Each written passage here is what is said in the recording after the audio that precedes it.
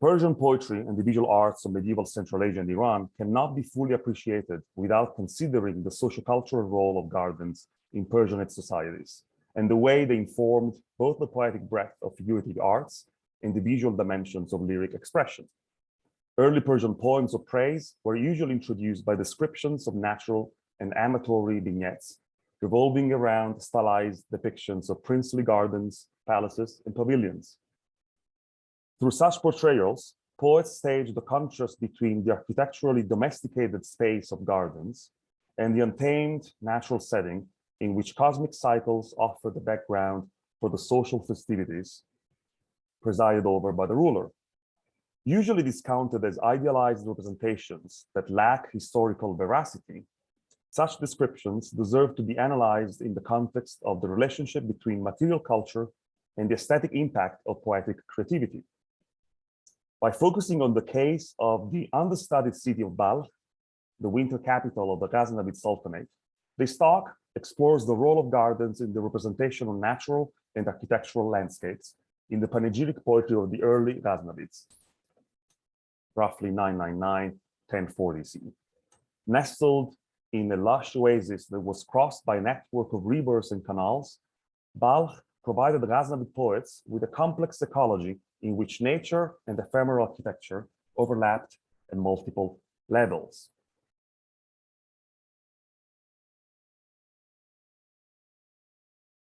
The material and symbolic veracity of architectural poems and natural descriptions composed by Farrokhi Sistani and Ansari Balkhi between 1015 and 1035 CE will be compared against evidence provided by geographical and historiographical sources such as Hudud al-Alam and Tarikh-e-Bayaghi.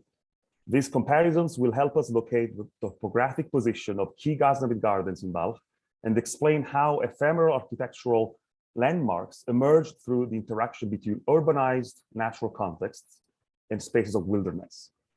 Such descriptions can be seen as a process of acculturation during which the poetic celebration of the garden is a metaphor for the exaltation of the divinely bestowed power of the prince. This means that gardens that we visualize in these texts, along with the palaces, pools, and pavilions that they host, are literary creations deriving from the synthesis of cultural ideals and realistic descriptions of historical infrastructures. I'm very keen to emphasize that what really matters most to me when studying Persian literature is to seek this kind of connections, this at times very weak links between creativity, fictionality, and traces of extratextual reality. So the connection between what is found in text in terms of symbols and fictitious descriptions and traces that are found within the texts of external realities. Historians and art historians often emphasize that the symbolic and hyperbolic dimension of literary descriptions of pre-modern Persian gardens used as sources of archaeological evidence can be misleading. Nevertheless, the close reading of these poetic sources, especially if analyzed against other literary and non-literary texts, can help us discern the difference between fictitious hyperboles and mimetic descriptions. Gardens belong to a class of buildings and architectural elements whose ephemeral nature is intrinsic to their structure or to the purposes of their construction. Non-material texts can contribute to the process of outlining a system of symbolic links interacting in multiple levels with archaeological vestiges. Therefore, poetic texts can be read as portraits of a contingent architectural reality connected to specific historical events. A mental space can thus be recreated in order to project new meaning upon literary data that some historians and archaeologists may deem otherwise unintelligible or irrelevant. This is also important to emphasize. When reading classical Persian poetry, especially Casita poetry, some historians, some literary historians discount this text as mere sources of historical information that in most cases does not really connect accurately with historical reality. What I'm trying to do is to extract other kinds of patterns from this text and see how they can connect with texts whose main purpose was to provide historical information, such as historiographical material. The early Ghaznavids were in origin Turkic slaves who started their military career in the service of the Samanids, whose centers of power were the Transoxianian cities of Samarkand and Bukhara. The first Ghaznavid political and military elites inherited from the Samanids ideals of kingship and the strategies of government administration, along with the remarkable inclination toward the patronage of the Persian language and literature. Although the city of Ghazni in present-day Afghanistan was the official capital of the reign, the importance of Balkh as the main cultural hub of the Sultanate has been often underestimated, if not completely neglected. Here we have a map of the Ghaznavid Sultanate at the height of its geographical expansion, with raids in Gujarat, as you can see, and Sindh, and you can see Balkh is not the center of this political space. Yet I try to demonstrate in this paper that it was indeed the winter capital of the Sultanate, even though Ghazni was the official capital and also the outpost from which all the raids and campaigns to India were conducted, were prepared and started there. In the aftermath of the Ghaznavid and Karahanid partition of the Samanid Empire along the lands falling respectively to the south and the north of the Oxus River, Sultan Mahmud inherited Balkh as the only flourishing urban polity which could fully embody the Samanid legacy and would also be able to provide the new dynasty with a direct source of sociopolitical and literary acculturation. Therefore, with Transoxania firmly secured by Karahanid sovereignty, Balkh could be perceived as a prosperous outpost, mirroring and rivaling the richness of Bukhara. Balkh, at the same time, was set to offer a living model for the reshaping of a new capital, Ghazni, which was to become, albeit for only a few decades, the main urban pole of the eastern portion of the Islamic world. Such strategic, cultural, and sociopolitical importance is reflected by the symbolic prominence of the literary and historiographical representations of Balkh produced during the first half of the 11th century. It was in the outskirts of Balkh that Sebük Tegin, the founder of the Ghaznavid dynasty, had a divinely inspired vision concerning the august destiny of his house. It was in the same city that his son Mahmud, in November 999, after having met the emissary of the Caliph Al-Qadir, ascended the throne and crowned himself Sultan of a new empire whose subordination to the Caliphate proved to be nothing more than a nominal formality. The most insightful descriptions of Ghaznavid gardens in Balkh are found in the poems of Farrokhi Sistani, who served several patrons between Sistan and Transoxania before settling in Ghazni, sometime between 1011 and 1014 CE. He devoted the majority of his panegyric output to Sultan Mahmud and his two sons, Mas'ud and Muhammad. I have here the nasib of a beautiful Casita that Farrokhi wrote for Mahmud's son, Muhammad, when he was still a teenager and was appointed as governor of one specific province in the outskirts of Balkh. And here it's interesting to see how the poet is trying to convince the young prince that it's time for him to leave the beautiful city of Balkh. And it's interesting to see how Balkh is represented as a garden on earth. I greet you, O resplendent Balkh, or springtime breeze. You blew from the gate on Naushad up to the gardens on Bahar. Now, Bahar is a very interesting word. Arzu Azad, in her publications on Balkh, has conducted extensive research on the geographical location of Nabahar, which was a Buddhist temple, and in the anonymous geographical work Hudud al-Alam,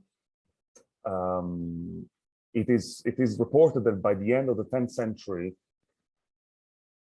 traces of Buddhist statues and paintings were still found in this location, in the outskirts of Balkh, which is extremely interesting because poets constantly refer to Nabahar and creating puns, of course, Nabahar, like the fresh new springtime, and this beautiful visual representations that connect to Eastern Iranian Buddhist tradition. So whenever we found Nabahar there is always something that might connect to actual Buddhist vestiges that could have been described or directly witnessed by the poets themselves.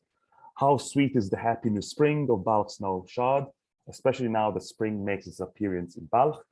Every tree is dressed in fine Chinese garments, green silk with finely painted images encrusted with rubies. You see the Judas tree adorned with bracelets like the arms of beauties. You see the branches of roses resembling the ears of beauties adorned with earrings. The garden starts worshipping the rose, while the hills kiss the anemones. The wind is as fragrant as musk, and the clouds scatter pearls. The gardener, who in winter had abandoned all hope for the rose, now fills his robe with scarlet roses every morning at dawn. So we see this blending of geographical references to sort of stock imagery that we find in every description of gardens in medieval Persian poetry. But it's interesting to see how here, in the context of a Casita, that is addressing a specific prince at a specific time and elevating Balkh to the status of ideal garden, sheds a different light on the value of this description and offers us some sort of landmarks, of pins that we can follow in order to reconstruct a different picture of the importance of these texts. Although the role of poetic patronage as a tool of political propaganda among the early Ghaznavids has been acknowledged by scholars, the ritualistic and anthropological aspects of poetry composition and performative circulation in early 11th century Ghazni and Balkh are yet to be thoroughly explored and understood within the broad context of Samanid and Ghaznavid symbolic representations of kingship and power. In this context, poetry can be seen as a fluid linguistic craft that turns the poet into a cultural mediator between the ruling elites and the entire society. It is through the interpretive intervention of the poet that set of unwritten ethical values and aesthetic norms are organized in the shape of a discourse capable of reflecting the social structure in an idealized form. I have here a few slides of, this is just notes that I'm trying to put together. I'm working on the problem of symbolic immortality in the early Persian Casita and how symbolic immortality is staged through a very specific rhetorical feature. I'll be elaborating on this soon. I'm trying to think of poets as sort of a secularized form of priesthood, like poetic guilds, the king of the poets as a social institution on which medieval authors would write about and describe, but I'm wondering whether it's possible to come up with a new theory that describes in a more insightful approach the role of poets in this societies. And I try. I'm very interested, and Andrew Peacock has been working on it, on the relationship between myth and ritual, the circulation of the Shahnameh, for instance, during the Ghaznavid period, and how on the one hand, we have the circulation of these narratives in forms of myths in verse, and then we have qasidas that are performed as if they were the rituals that enacts performative enactment of myths. So I'm interested in seeing how both the Shahnameh and the Shahnameh, so the cycles within the Shahnameh in its different forms, and qasida poetry with its ritualized enactments of performances connect to each other in multiple levels. So I've been studying how portions of the Shahnameh in which there are references to Sultan Mahmud, and so how the Shahnameh actualizes the myth, right, through these references to the Sultan to whom the book was dedicated. And on the other hand, I try to track references to Shahnameh figures in Ghaznavid poetry and see how these two elements, these two forms can interact with each other. The structure of the Persian Qasida, most of you are familiar with this, but it's a complex text that it needs to be looked at as a performative text rather than just a description of or a praise of a sultan. There is an erotic prelude called Nasib, between 3 and 20 lines, and then there's a transition or Gorizgah, and then there is the encomium proper, Madih. 5 to 50 lines. And then there is this structure is found already in the pre-Islamic and early Umayyad and Abbasid Casita in Arabic. So Persian poets adopted this model, adopted this structure. What can be regarded as a Persian innovation is a very short section at the end of the poem called Du'a Tabi. This is something that is found only in a scattered way in the Arabic Qasida of the early Abbasid period, but it becomes a structural element only in the Persian texts. What is the Du'a Tabi? Immortalizing Prayer. This is a description by Hossein Vaise Kashafi. This is a late description, but I'm usually interested in seeing how post-classical authors would try to formalize and elevate to theory what the practice of poetry had been for centuries already. He says, it is a prayer that comes at the end of a poem. Tabi literally means to immortalize. In such prayers, a condition is set, such as, so long as X is like Z, may you enjoy this and that. This condition implies the concept of eternity and continuity. Davamo estemrar. Since this kind of prayer is based on a condition, it is also called charité. We have scattered reference. We do find the Du'a Tabi in Rudaki's poetry, but of course, we have very little survives from pre-Ghaznavid Persian poetry. But we do find this feature, this rhetorical section in some of the oldest surviving Qasidas in Persian, such as one by Rudaki, and who says, forever, so long as there are traces and mentions of time, perpetually, so long as the high vault of the spheres turns, may your companions enjoy the banquet of pleasure and joy and happiness. May the one who envies you, your prosperity, cry and suffer in desperation.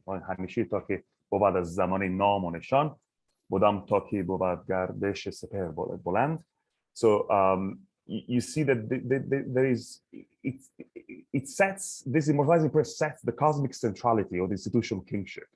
جز به کام او نگردد تا بگردد آسمان، جز برای او نباشد تا بباشد روزگار. This is by Onsori in praise of Sultan Mahmud. You can see here, there's also Murat Nazir, observance of the similar, Asman روزگار نگردد نباشد کام او برای او, with a sort of tarsi even, right, in correspondence. So you can see how also rhetorically, all these elements are connected to each other and represent, they stage a connection between the microcosmic and the macrocosmic through the exercise of poetry, through this wish for immortality. There is this extremely interesting qasida by Onsori in praise of Sultan Mahmud, according to the critical edition of the Divan. I think it was composed to Lord Nasr ben Sebiktegin, who was Mahmud's brother. You can see how it opens with the beautiful description of nature. Behold the anemones in springtime's iridescent nature, the former as scarlet as carnelians, the other as fragrant as ambergris. And then the structure would follow through the entire text. Negar be laleo tabe bahar ran fazir, yeki be rangi aqiqo, degar be buye abir. Branches of willows and wheat resemble the ringlets of idols. The former cascade like ring armor, the latter twists like a chain. Valleys and trees perhaps requested a robe from the sky, threads of pearls from the former, carpets of silk for the latter. Vapor turns dark, and the steppe is azure like glass. The former resembles the dust, the latter a fountain of water. The air in the gardens resemble two macrocosms. The former is teeming with pictures, the other with motion. Reflecting the sky, the air turns dark, the earth goes blue. The former resembles Mani's brush, the latter an idol from Kashmir. The springtime resemble ravishing poems. Some are adorned like acrostics, other as serious branches of letters. Two things, and then there is this transition toward the praise of the Amir. Two things can provide me with glory and pride. One is the auspicious horoscope, the other the fortune of the Amir. His name and physical form deserve two marvelous things. The former is worthy of praise, the latter of the throne. And then we have the transition to, well, there are several lines of pure praise of this prince, and then the transition toward the immortalizing prayer is extremely interesting. Two universes belong to God. One is immanent, the other transcendent. Limited is the substance of the former, abundant is the substance of the latter. The immanent universe is the world, the transcendent one is the king. The first is the microcosm, and the other is the macrocosm. Night and day incessantly eulogize the ruler of the world by mentioning his name and glorifying him with the praise of God.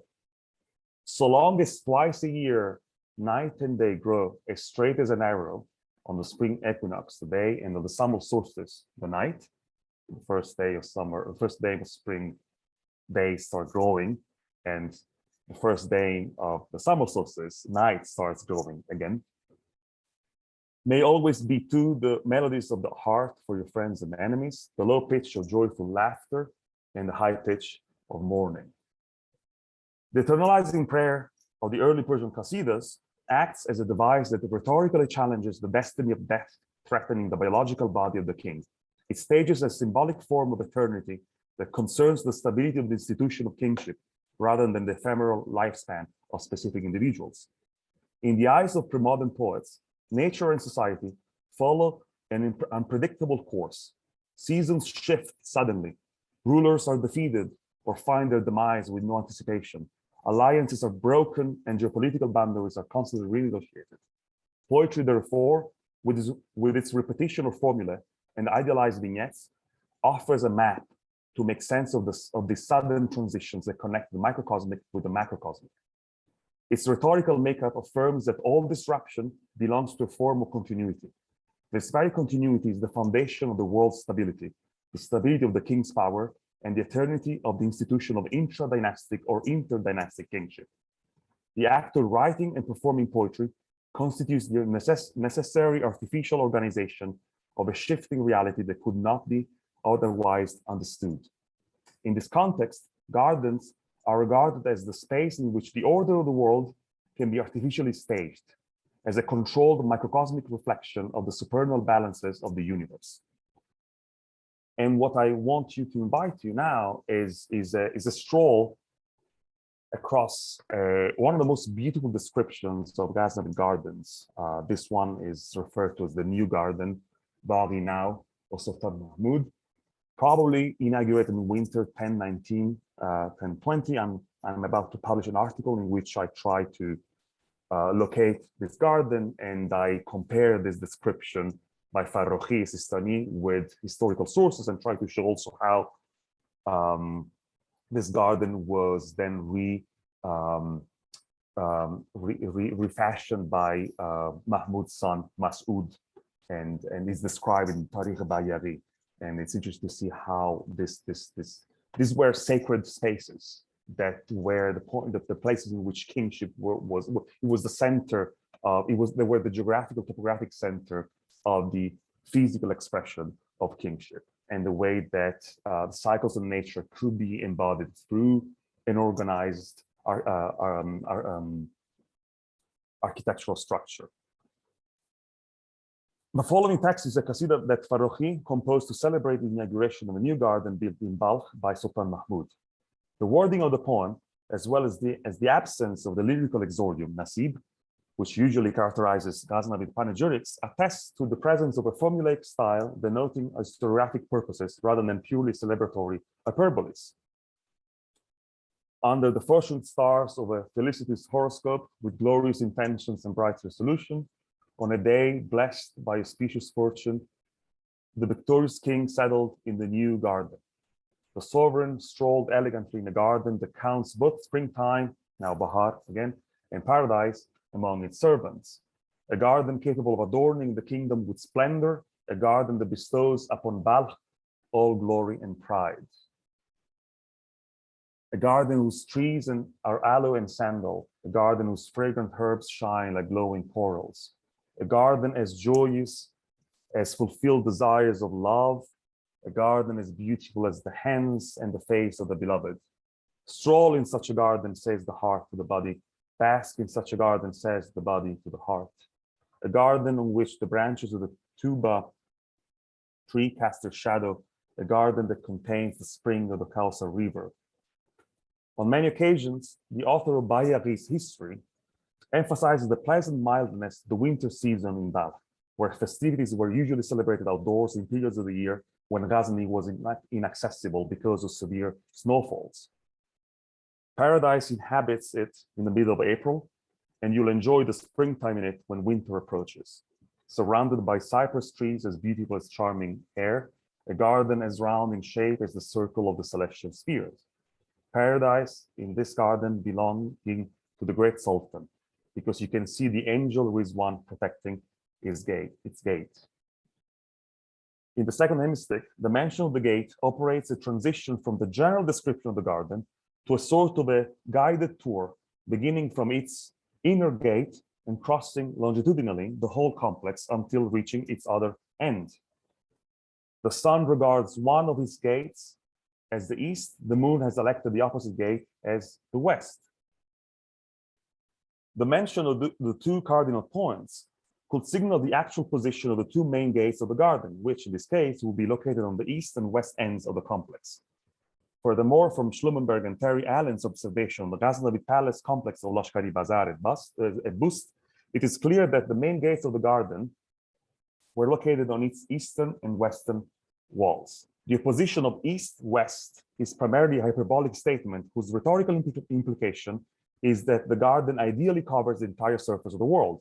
However, it is not unlikely that the mention of the two cardinal points here are signaling the actual position of the two main gates of the garden.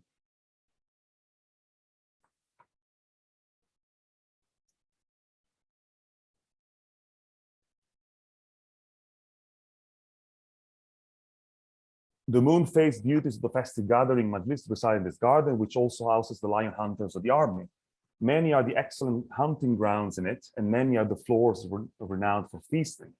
Infinite roses in its feasting spots, innumerable birds in its hunting grounds, turning around amidst the fragrant bushes, male and female pheasants stroll together. It is likely that Farrokhi is hinting not only the presence of real pheasants in the open spaces of the garden, but also the scarlet outfits of his personal guard, the ghulams. The detail of this depiction can be considered as a further element of realism in the depiction of the Sultan's garden. Moreover, the mentioned pheasants, immediately after a line containing a rhythmic parallel between the activity of feasting and hunting, can remind us of a Casita by Amir Moisi, in which the poet describes the Bazm-Murazm activities in Malik Shah's Turkic soldiers and compares them to elegant pheasants. They're like pheasants when they hold the wine cup, they're like lions when they hold the sword and spear. This interpretation is supported by the next line, which introduces the courtly, martial element of the royal tent. From the end of a large tent, Khargahi, as vast as a conquered universe, a door opens outside. The large tent, Kharga, introduced here, refers to the portable structure, often containing the traveling throne, Takhti Ravan, that the prince would use as a wandering court during his military campaigning or hunting expeditions. The Kharga was usually enclosed by a larger structure, Sarai Parda or marquee, spacious enough to function as a camp enclosure for the army. Considering the strategic function of a wandering court, its ideal location would be in the adjacencies of the city gates in order to facilitate its logistic arrangements. Pahiari, in his history, describes how Masoud's Kharga and the traveling throne were once moved from the great garden to a hunting ground, located close to a village known as Manjuran, at a distance of 12 kilometers southwest of Balkh. The whole garden is full of brocades and artworks like balanced words and rhythmic verses. Considering the Ghaznavid habit of decorating arches and walls with poetic inscriptions, the reference to balanced words and written poems to describe the palace complex reveals the presence of epigraphic inscriptions on the architectural structure of the garden. And then there is, I don't have the slides, there are other lines that describe the palace, which are also quite interesting. Farrokhi says, amidst the garden, there is a kingly palace whose parapets fit into the constellation of Gemini. Again, alternation of real material descriptions of the garden and hyperbolic statements. Inside the palace, there are decorated porticos whose open walls face the balconies. In this context, Sufa clearly designates the elevated porticos of the palace, whose open side overlooks the garden and its surrounding areas. In many cases, such porticos and their adjacent balconies were used as vantage points to review the army. And we have plenty of descriptions of these porticos in historical accounts of the same time, produced during the same time. Some of them are painted like Chinese silk, others are illustrated like Manis Artang. In many places of the palace, the painter has limned the image of the king of the East, in one of them while fighting with a double-pointed arrow in his hand, in one of them while feasting with the goblet in his hand. Archaeological and literary evidence show that Ghaznavid palaces and pavilions, especially the residence of sultans, princes, and courtiers, were lavishly decorated and often adorned with portraits of the ruler and his guard. If we are to imagine the pictorial style of the images of the Sultan described by Farrokhi, the most immediate term of archaeological comparison would be the frescoes portraying the bodyguards of Sultan Mahmud that encircle the throne room of the South Palace of Lashkari Bazar. I have an image of this here. This is a detail. Farrokhi's mention of a portrait of Mahmud holding a short spear reveals the presence of an iconographic detail which appears clearly in the hunting scenes of Araksha and Panjikent. Even though such representations of the prince engaged in pursuits of martial and hunting prowess or debauched pleasures are common to an entire Eurasian tradition of princely visual culture, the style of these frescoes reveals strong Central Asian and Turco-Mongol traits which parallel the visual artifacts from sites as varied as Afrasiab, Barashka, and Panjikent. And when you walk past that glorious palace, there is a river, and its water is as sweet as sugar. The stream of its current is as strong as the Sultan's command. If you drink from it, it is as sweet as the life of the ruler. Or better said, it's the sky, and its rivulets are the stars. Even better, it's the cloud, and its voice sounds like the thunder. If a bird approaches the surface of that river, its waves will cast its feathers in the air. A mighty river runs through the garden until flowing into a pool as deep as the ocean. There are boats sailing in it, and it is so vast that the eyes of a swimmer would be amazed by contemplating it. As in the fashion of ancient times, its bottom from shore to shore is all made of marble. The critical editor of the Divan, David Siari, questions the meaning of Bishina here. Kerdare Pishine. I read it as Pishine, which I suggest could be also read as Pishina, thus referring to an ancient custom. I translated Zamin as its bottom, but the existence of a pool entirely paved with marble is questionable. The Ghaznavid use of marble as an ornamental stone for the construction of palaces is attested to by Farrokhi in a Casita that he composed to celebrate the birth of Amir Yusuf's son. Sapit karda ba kafuri suda ba bagulab ba kar burda daru visham vi turki va marmar. He whitened the portico with polished camphor and rosewater. He decorated it with jasper from Turkestan and marbles. And the only contemporary archaeological parallel are the marble panels found at Lashkari Bazar and the extensive use of this stone in Ghazni. Martina Rujadi worked extensively on the use of marble in the Ghaznavid Empire. In its bottom, the fish swim as elegantly as brides. In the palace, the golden patterns encrusted with jewels. A summer pavilion has been erected on the side of the pool so that the Balian king can drink wine therein. The presence of canals and pools is one of the most luxurious features of the palace complexes of this type. The fact that the poet emphasizes the strength of the current could suggest that Farrokhi is poetically describing an artificial canal that was built with such mastery that it could carry a mass of water comparable to the flow of a natural river. It can be argued that this canal was built in the environs of the main river of Balkhab, or Dahas. As reported by geographical sources of the time, the main course of this river approached the city of Balkh from the south and then diverged towards the southwestern outskirts of the city. It eventually opened up in a delta whose system of natural and artificial canals provided water to villages and fields located as far as Siagird and Akcha. The area of the outer city between the gate of Nawbahar at the south and the western gates of Balkh is what we need to look at in order to imagine the position of this garden. It is in that location that the available clean and flowing water would have been more considerable than in other regions of the province. A comparison with Bahari's descriptions of the Adnani garden in Herat may prove useful to formulate a more specific estimation for the location of Mahmud's garden in Balkh. In one passage, the Ghaznavid historian refers to the presence of two gates, one at the back of the garden and the other on the side of the inner city.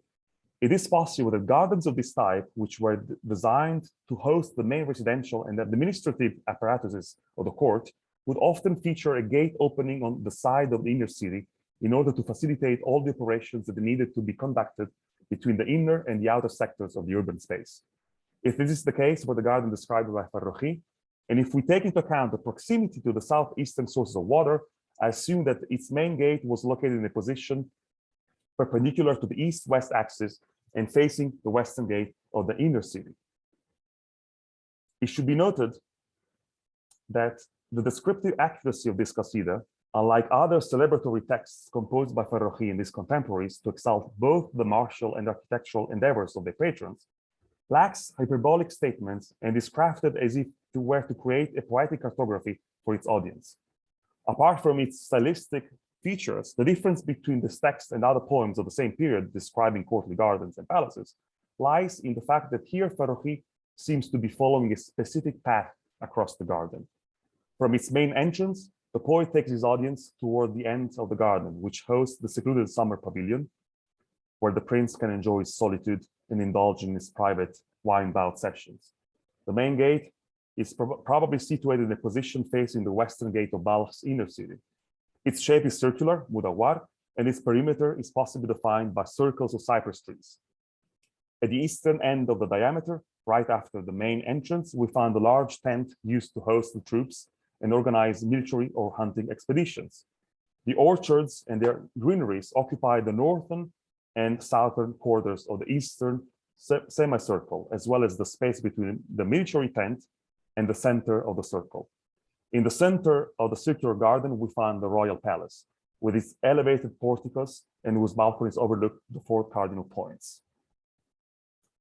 I collected several descriptions of what I believe is the same garden in Tarikh Biyari, and they all fit this sort of landmarks. And there is one specific line by Farrokhi, which shows that this was most likely a common design, a common outline in terms of porticos that would open to different cardinal points. Farrokhi says in Al-Qasida, 4 porticos each one with an open balcony, just as the eyes can overlook the 4 cardinal points.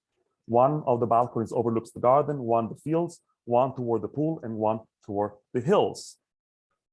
If we take this repartition as an ideal archetype for Ghaznavid landscape aesthetics, the balconies of the palace located in the center of Mahmud's garden would effectively open onto the garden, the hills, the fields irrigated by the river, and the canal that is located behind the palace. If we consider that the Balkhab River flows from south to northwest, we can imagine that the garden was divided into 4 quarters by one vertical canal running from south to north and one longitudinal waterway. The reduced current of the longitudinal waterway will have both irrigated the gardens on the eastern half of the circle and fed the marble pool on the western side.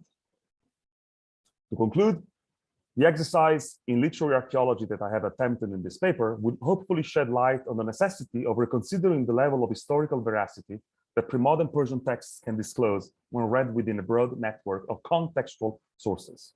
Furthermore, a more extensive analysis of the symbolic use of courtly spaces and rituals would allow us to rediscover literary texts whose utility and functional meaning has often been relegated to the realm of unhistorical aesthetic observations, bereft of any tentative link with their extra-textual reality. Thank you so much. Thank you so much, Domenico, for such a rich, gorgeous talk. Please feel free to ask questions, anyone. And if not, I have some. Just you can raise your hand, I believe, in the reactions. Yes, Safa Mahmoudian has a question. Please go ahead. Sorry, hello, thank you so much for your interesting presentation. I have a question and a comment.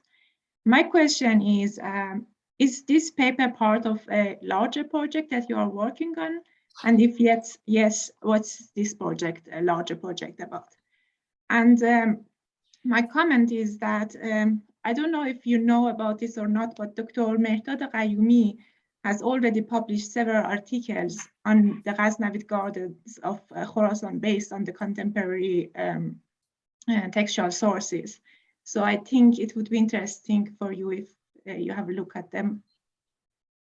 Thank you. Yes, I'm familiar with this work, and the project. Can you hear me? Yes. Yes. Yes. This specific paper is part of a collection of essays edited by Edmund Herzig and Arizu Azad of the city of Balkh, and so this is a project on poetic reflection on Balkh. So I selected this specific stroll through a Ghaznavid garden as a contribution. The project, my book project, deals with the relationship between Farrokhi Sistani and the two sons of Sultan Mahmud. So I try to show how the poet was trying to influence the political course of the Ghaznavid Empire and try to create a kind of relationship with the two young princes in a way that would ensure a certain degree of dynastic continuity and would somehow exert an influence on the way that politics would be shaped within the Ghaznavid court. So this is and I try to look mainly at the role of eroticism and how eroticism is used as a political tool in these qasidas, especially in the case of Muhammad, the youngest son of Mahmud. Thank you very much. I had a question, Domenico. It's not so many question. It's sort of the largest stake of your talk, which is that scholars have read this body of poetry as in entirely typological ways, right? And whereas your efforts, in fact, is sort of rooted in specific events, while at the same time not being naively empiricist, because you're not reducing it entirely to social documents. They are syntheses of hyperbole and historicism in a way, right? That is a sort of a move that I know a few other scholars make in different contexts, not Persianate contexts. And I was wondering if their models might be useful. One is Stephen Owen, who's the great, I think he just passed away, forgive me if he hasn't actually, but the great scholar of Chinese literature. Tang, his work, Remembrances, the experience of the past in classical Chinese. So this might actually be directly connected through all the Chinese motifs and Mani and so forth, right? There's a whole genre in Tang poetry from the 700s called the estate poem, which actually is about bodies of poetry dedicated to specific estates run by or owned by princesses, Tang princesses. I'm not suggesting there's a direct connection, but there's a kind of, maybe there is a kind of social connection, right? But there are antecedents for this. The other book I have in mind, apart from Remembrances, is Dawood Ali's book, which is over a decade old now. It's called Kotli Culture in Early Medieval India, but it looks at the period from 300 BC to 1200, the early Sultanate in North India, incorporating Buddhist and Hindu kingship mainly. But his central argument there is, the court, and especially poetry, Sanskrit poetry, what he has in mind, is not what he calls colored powder, sort of scattered like, for legitimation onto an already existing power structure, but rather it is the state. So that, these kinds of qasidas are actually the state in action. And that makes sense when you think of the court as mobile, right? And sort of, so minute gestures, imagery and all of that, that is the state rather. That's the basic central thesis actually of his book. So I was thinking, these two models, and also Dawood Ali is also trying to kind of break with an older model in South Asian scholarship, which looks at this dyad between the king and the priest, or the king and the poet only, to argue that in fact, poetry, like the Casita here, is addressed to more than just the patron. It's addressed to a larger courtly ecology. So these are just sort of thoughts I have in mind. The Tang parallels, the Indic parallels. Also, Ali Anushar's recent work on Mahmud. He's arguing very interestingly, I think, that he has different faces, different personae. One for the Abbasid court, where he presents himself as a Ghazi, and one for the Indian courts, where he presents himself as a Raja, right? King of the elephants in particular, right? So there are these, I'm wondering, are there larger Indic, Buddhist, Hindu sort of antecedents, the Vihara, for Bahar, for no Bahar, things like that. So it's just, thank you. No, thank you. No, I think it's a broader intertextual, intercultural conversation that shines through this text. What is fascinating is that everything seems to happen out of the blue in this early Ghaznavid Qasidas, and the fact that we don't have almost any, we don't really have, there are no extant divans from the pre-Ghaznavid period in Persian. So one thing, what one should do also is to, what I've tried to do with this new project, is to trace the paradigms that I'm finding in the divans of Farrokhi, Manuchehri, and Ansari, and to see how they connect with the scarred lines that are found in the pre-Ghaznavid tradition, and see how they can speak to a larger trans-regional kind of conversation. But no, absolutely, yes, this is absolutely. Thank you for. I'll write. You'll have to give me more precise references to what you were mentioning, because it's extremely fascinating. Anyone else, please? Questions, comments? We have a comment in a chat box. It's more like comment than a question, but by Edwally Richmond. Thank you so much for this lecture. As a garden historian, I found some of the poetry descriptions of Sultan Mahmud's new garden, and the Balkh has a garden on earth. And then it's been asked whether there are follow-up lectures on this, that you mentioned that it's part of a larger product by Arzu Azad edition. So it would be, yeah. I'm not planning on presenting anything yet, and this is the first chance I have to. Well, I have had a few talks in the past, many years ago, before starting my project in Sadi, and then I presented something similar in Paris a few months ago. But now I'm trying to reread this, mainly these 3D bonds, Farrokhis, Onsaris, and Marcharis, through this lens, and I'm trying to. Garden will not necessarily be the main focus on my investigation, but they're one of the main links, right, between the literary and the extratextual. Excellent, thank you. Cetra has a question. Yeah. Hello, thank you, Domenico. This was fantastic talk, very inspiring. I don't know if I have a question, but it sort of started a conversation. If I understand what you're doing, and it seems to me fascinating, very challenging, is you're not only, so on one hand you're showing how these qasidas are punctual reference in specific garden, but on the other hand you're telling us that qasidas are also a map of power. In some, the way I read the talk is also suggesting that none of these 3 orders can be understood separately. That in some way the actual physical garden can only be understood in light of the poetry that makes it meaningful, but that also includes the social order in it, so that the harmony that is actually reached is not just one of representation, but is really that the poem itself enacts this order. And I find that very compelling, because it also in some way pushes us to rethink what we mean when we use the term symbolic, or when we think of these natural poems as representation of nature outside. They are, but in a way that nature itself cannot be understood without the poems. Thank you for this comment. Yeah, absolutely. this is why I call this text performative, not because they were performed, also because they were performed, but also because they embodied performance. They are the performance within themselves. So they perform power, and they perform the order, an ordering lens rather than the order. So the poems give structure, provide the reality with meaning in the way. And I've been working also on the way that the ictics shift within the Casita.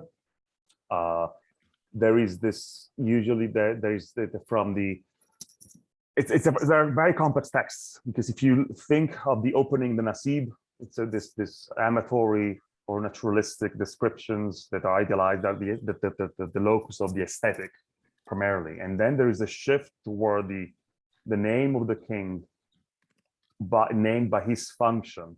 And then in some cases, his actual name is a sort of a progression from the abstract to the historical. And then you have the ethical space of the Casita, of the praise section proper. And then within that section, there is a third person. The king is a third person. And then toward 3/4 of the Madih proper, the U shifts toward the To. So it's easy to see how there's this turning, right? So having and playing with the audience and the physical position of the prince and the audience, the poet, as a mediator between these different orders. And so it's easy to see also when we cannot prove when and how these texts were performed, they do contain and embody a performance, so the level of performativity through language and rhetorics itself.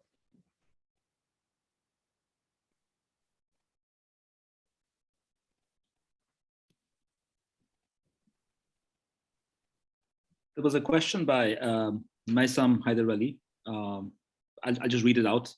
Thank you so much, Professor, for a wonderful talk. I also have a very quick question.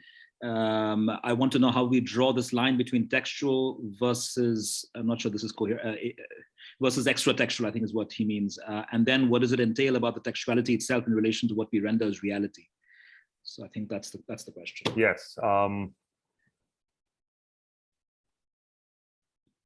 Of course, it came from a philosopher, myself. I try to, this is a new historical approach. So I try to read all texts as part of approximations towards historical reality that can never be completely understood, but it can be, we can create narratives that connect different texts with each other, and narrations, and the creation of narratives stem from the way these texts connect to each other, right? So there is a difference, though, between the way texts refer to each other or create fictitious narratives, in most cases hyperbolic, that are not meant to portray external reality, and other references that are primarily linguistic in some cases, like the shift of the ictics are something that it is. So bringing into text something that might have happened outside the text, right? So these connections and connections with actual historically determined events or places can somehow redefine this shifting boundaries between the textual and the extratextual. This is, I don't know if I'm responding to your but of course this is a broader philosophical question of are mimetic descriptions even possible, and are hyperbolic descriptions somehow symbolic statements that do connect with external reality under a different paradigm, according to a different paradigm. And so how do we redecipher these paradigms, even when they're symbolic, even when they're hyperbolic, even when they're, for instance, what does it mean when the parapet of a castle connect with Gemini as a constellation? It does connect with a constellation you can see in the sky. It meant something for these poets, for these readers, and it can generate new levels of meaning that can connect with historical reality in ways that are completely unexpected. And through this back and forth between historical sources and hyperbolic poetic texts, we can maybe open these spaces of blind distance from the external world and come up with, you know, different ways of looking at the text. Thank you. Sabina, please go ahead with your question. Hi, thank you so much for your talk. My question was about choosing the Casita as like the form that you focus on here. I was wondering if you chose the Casita because it seemed like you explained the form of the Casita in a lot of detail. And I'm wondering if you could use this technique in the ways that you said you can read all text as tied to historical realities. Are there other forms, other literary kind of forms, poetic forms that you think could lend to this? And if so, how? Or if not, why? Thank you for this. I tried to do this. Well, I chose the Casita in this context because it's the main genre, it's the main poetic form that is available in terms of it is the most common poetic genre during the Ghaznavi period. And in the divans, what remains of the divans of this poet is mostly Casitas with a few pseudo ghazals and scattered isolated lines. I've tried to follow this approach in the ghazal tradition in my book on Sadi's poems, especially in the relationship between Sadi's lyric poetry and the stories that are found, or the pseudo-autobiographical stories from the Golestan. And I try to see how there are different markers of external reality or staged external reality. That's why I say pseudo-autobiographical, that somehow speak to this anxiety that poets had to create, to bridge the gap between artistic creativity and personal experience, also in forms that were not necessarily a precise transcription of experience. So it's interesting because, especially thinking in terms of the connection between Ghazal and Qasida, how do we call the pen name of the poet at the end of a Ghazal? Takhallos. The name Takhallos derives from Takhallos as a section, as the vanishing point at the end of the Nasib in the Qasida that opens the festival, so that is the form of deliverance from the Nasib toward the Madih, and connects poetic invention with the ethics of political praise. And it's interesting to see how in that context, we witness a transition from invention, from fiction toward the physical presence of the ruler, right? It is interesting to see how in the Ghazal something similar happens with the transition from the description of the amatory discourse toward the signature of the poet that opens to the external space of the text, right? But the Ghazal stops there, right? That doesn't have that other element. So it's easy to see how different genres structure their connection with external reality in different ways. But it's possible to see the for instance, fragments that have a completely different approach to it. They're much more realistic in the way that they try to, poets use that. The Anbari is very famous for the Anbari's Qat'es are very telling. It will be interesting to see also how many different degrees of fidelity to external reality can be found according to the genre, as if the genres are determining what the flow between the text and the extratextual reality can be. Here's a suggestion. It's a wild thought. I don't know, because in as much as you're looking at a kind of intersection between paradigmatic reality, on the metaphorical axis, as Jacobson might say, right? Because we've always had gardens in Persian literature. But on the other hand, you're looking at the intersection of that with specific gardens, right? Walid Saleh has a wonderful essay on paradise in Muslim imagination. And he makes the argument that, in fact, the Quranic paradise is the place Islam makes for Hellenic pagan antiquity. It's basically a pagan paradise you enjoy as if you're a good Muslim, right? In this life, and when you go to the next world, you get to enjoy Ganymede and Hera, right? Who are given Quranic names. And could it be that that structure, right, which is a chronotopic structure in a way, allows for paradigmatic substitutions such that the Ghaznavid garden, you can slot Buddhist and Chinese and Hindu elements into the Ghaznavid garden because paradise was already pagan?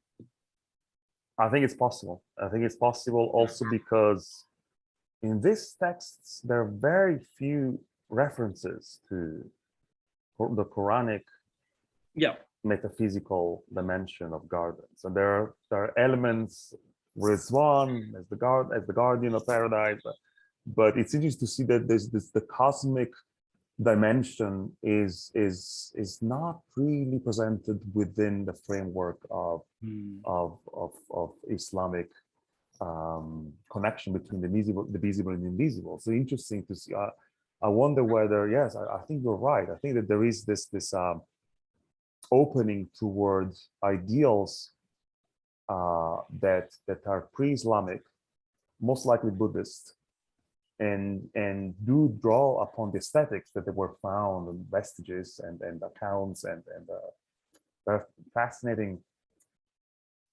The question, for instance, of Kandahar and the idol of Kandahar and the different kinds of Kandahar that are found, as regions, as specific cities, and the presence of the visual aspects of Buddhism in this context is something that comes up all the time, and it's interesting to see how the poets and geographers emphasize this, whereas historians make almost no mention of this connection, probably because they're more interested in the face of the Sultan Mahmud, right, toward the Caliph and how it should be presented from there, whereas poets and geographers had access to Eastern sources rather than the Western. They would look eastward rather than westward for some reason. Sarah, please. Wahid. First of all, thank you. This was absolutely delightful. I really enjoyed your mapping, as it were, of the text to give us a sense in these coordinates of placeness. And I suppose that's kind of where my question is coming from with regards to placeness, right? So, I mean, I guess, what would it mean to actually go to Balkh, right, today? And also to kind of think about, I'm thinking of history as living, something that's ongoing rather than something that's fossilized, deadened in the past. And I'm just wondering sort of what kinds of engagement there is ethnographically, perhaps, and or I think about Balkh, I think about Rabia al-Balkhi, you know, like there's this sort of living, ongoing engagement with this memory of people from the distant past. So I'm just sort of curious how you might configure something like the ongoing, perhaps, and or like some kind of continuities, I suppose, across large swaths of time, and thinking about the placeness today as opposed to in the distant past. I'm not sure if that, I hope that's a sort of... Yeah, of course, yeah. No, this is something that I'm not qualified to do, but I'm very interested in the problem of continuity. And I look at Arezou Azad's work on Balkh and as a wonderful example of, you know, that traces this kind of continuity across the centuries. As far as modern Balkh is concerned, what interests me the most is the depiction of medieval Balkh as a very lush oasis that then, you know, underwent desertification throughout the centuries, and now it's almost an arid place. And then sort of it's interesting way of looking at the text from the past and the way that attests to a completely different ecological system, and how we could reread them as a source of guidance for the way that we want to reimagine and reshape the communities in which we live today.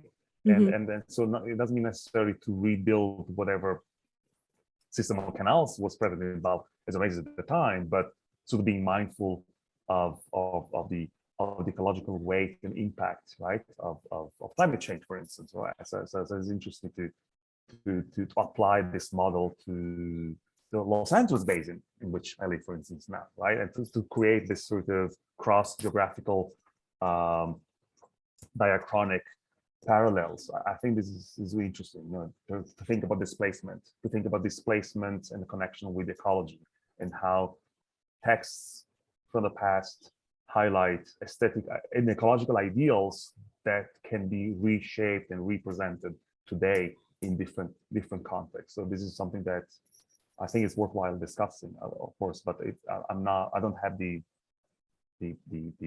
scholarly tools to trace this actual continuity between, right, medieval and modern day Balkh, but I'm absolutely fascinated by this problem. Thank you for asking this. Thank you. So there are more questions in the chat box. I suppose you've answered one of them by Khurshid Shekari, who asked, are there explicit Quranic references of paradise, its structure and main elements in the Qasida, as you mentioned? You've already, I guess, noted this. And one interesting comment by Lean Abu Saif, who says, is it possible to make this intro a documentary in the future with real peaks and places and music and narration of the story and the reciting of the poetry? Everything is possible. I just lack the means and the expertise, but otherwise everything is possible. It would be nice to do, of course. As for the, I was trying to find a line to respond to the question about the Quranic descriptions of paradise and gardens. Poets are very bold when they describe the metaphysical level of reality of the prince, surrounding the prince. There is this in the famous Somnath Casita by Farruhi, describing Sultan Mahmud's most famous campaign to Somnath in Gujarat, in which he said, let's stop talking about Alexander, you know, we need a sweet new discourse and new narrations. Now it's time to talk about Sultan Mahmud. He says that, Farruhi says, Sultan Mahmud is not mentioned in the Quran only because the seal of the prophecy happened before his lifetime. Where he happened to live before the time of the Prophet Muhammad, his name will be absolutely mentioned in the Quran. So it goes that far. There is this idea that there is always an apotheosis of the king. Now there is this and it clashes with it's not just Zel Khuda. It's almost an analog of the divine presence in these cases. As a in the Casita on Suri that I was reading earlier, in which there is a very interesting. Let me find the line. Let me translate it.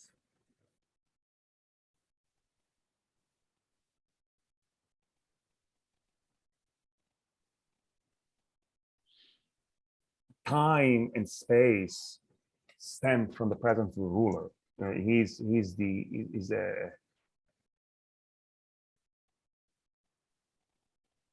I see Zoroastrian motifs rather than Islamic motifs more than anything else in this context, to be honest. And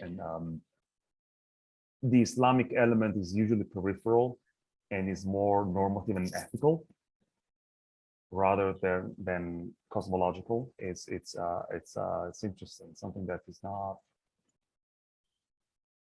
Is the Qasida the site of the production of the king's two bodies for Persianate or even Islamic? I think it is. Yes, I think that's the and yeah, I'm interested in applying that model to what happens in the Casita, and especially through the Dua Tabi.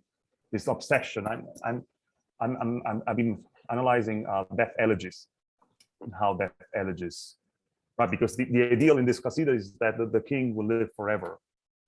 Then what happens when the king dies, and what are the rhetorical strategies that? So I read the entire career of any of these poets as a preparation for the moment in which the biological death of the king takes place. And so instructing and forming, acculturating the princes is part of this discourse of death that comes with also with the celebration of symbolic immortality. So this is the way I try to read it, and how creating poetry, making poetry is also a way of making princehood, the princelyhood, is also, the princes are in the making constantly. Just as these poems are constantly in the making, the seasons are in the making, and the eroticism, I didn't talk about eroticism in this talk, but it's one of the key tools for the expression of these links and the connection between what is symbolically mortal and what is practically biological mortal.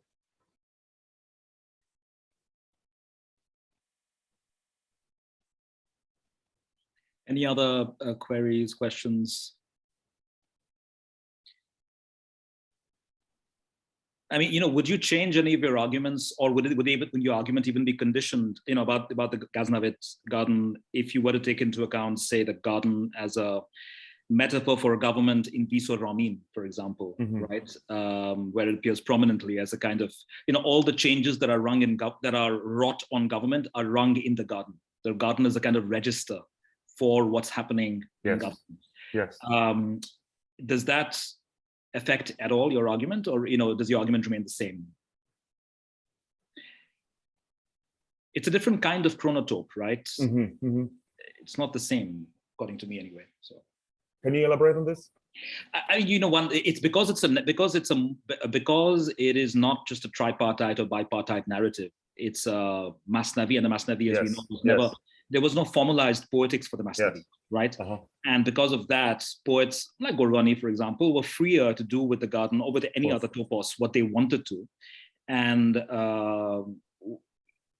what Mobad does as a kind of unethical king, or unethical forms of love, right, are bring about autumn in the garden, right, and so forth. The idea is of Bogha Hamishe Bahar, right, sort of a garden of eternal spring, which would be a garden of justice, right, and so because it doesn't fall into a kind of, I don't think, for example, Bisor Ramin is amenable to a ritual reading. No. Right? No. And whereas the Casita is, many of Manucheri's Casitas are, as is the ones you showed us. So, I'm wondering if the ritual, if your ritualistic interpretation breaks down, or at least has to be conditioned if one takes into account, in particular, the Masnavi. I mean, I think Behaki works perfectly, because many of his short episodes, there's this wonderful section, Dostane Khish Khane, in Behaki, which is about a private chamber of paintings, where, erotic paintings, if I recall, I could be in wrong. Herat, I think, no? Yeah. But Princely, so there, because it's sort of almost freestanding parts of prose, Tariq Behaki complements your argument. But I'm asking, what about Persian literature from the same period that doesn't complement your argument, or at least read it as I look at that kind of literature as a source of narratives, just like I read the Shahnameh as a collection of myths that are to be enacted through the ritualized experience of the Casita. So I look at that, I look at the Bisor Ramin's depiction of gardens, the center of power, as the ideal, as the narrative, as the myth that ought to be actualized. Just every myth, every narrative in every social expression of narratives needs to find, and this is a drug, I should speak in my stead, but from an anthropological point of view, myths, narratives need to be actualized through rituals, right? And I would look at these different kinds of texts as completely different tools that speak to the same kind of social needs and values and ideals, with the difference of one is contains the narratives and the myth, whereas the other actualizes those same narratives and myths in ways that are performative necessarily.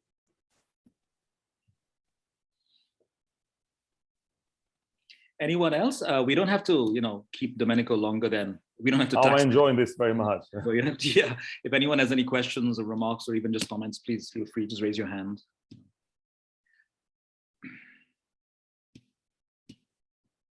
Are you going to be publishing your work with illustrations, with plates and so forth?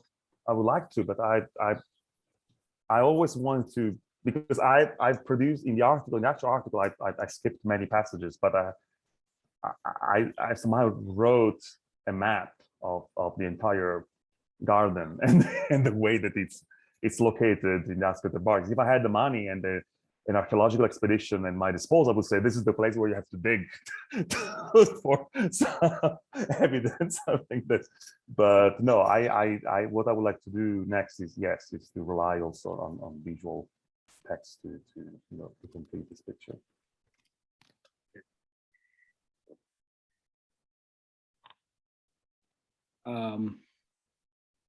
All right, if there are no further questions, then we should thank Professor Domenico Ingenito for such a gorgeous talk and for being so generous with his eminently published research. And I think I speak for everyone. Everyone enjoyed it. So thank you very much. Thank you. Yeah. And it's my pleasure. Thank you so much for your questions. Thank you so much. Yeah, it was a great. Yeah, we are just following Seth Rock. We are. Yeah, Baba for you. Thank you so much. So yeah, we can end it. Bye-bye. Thank you. Bye-bye. Have a wonderful day. Bye-bye. Thanks.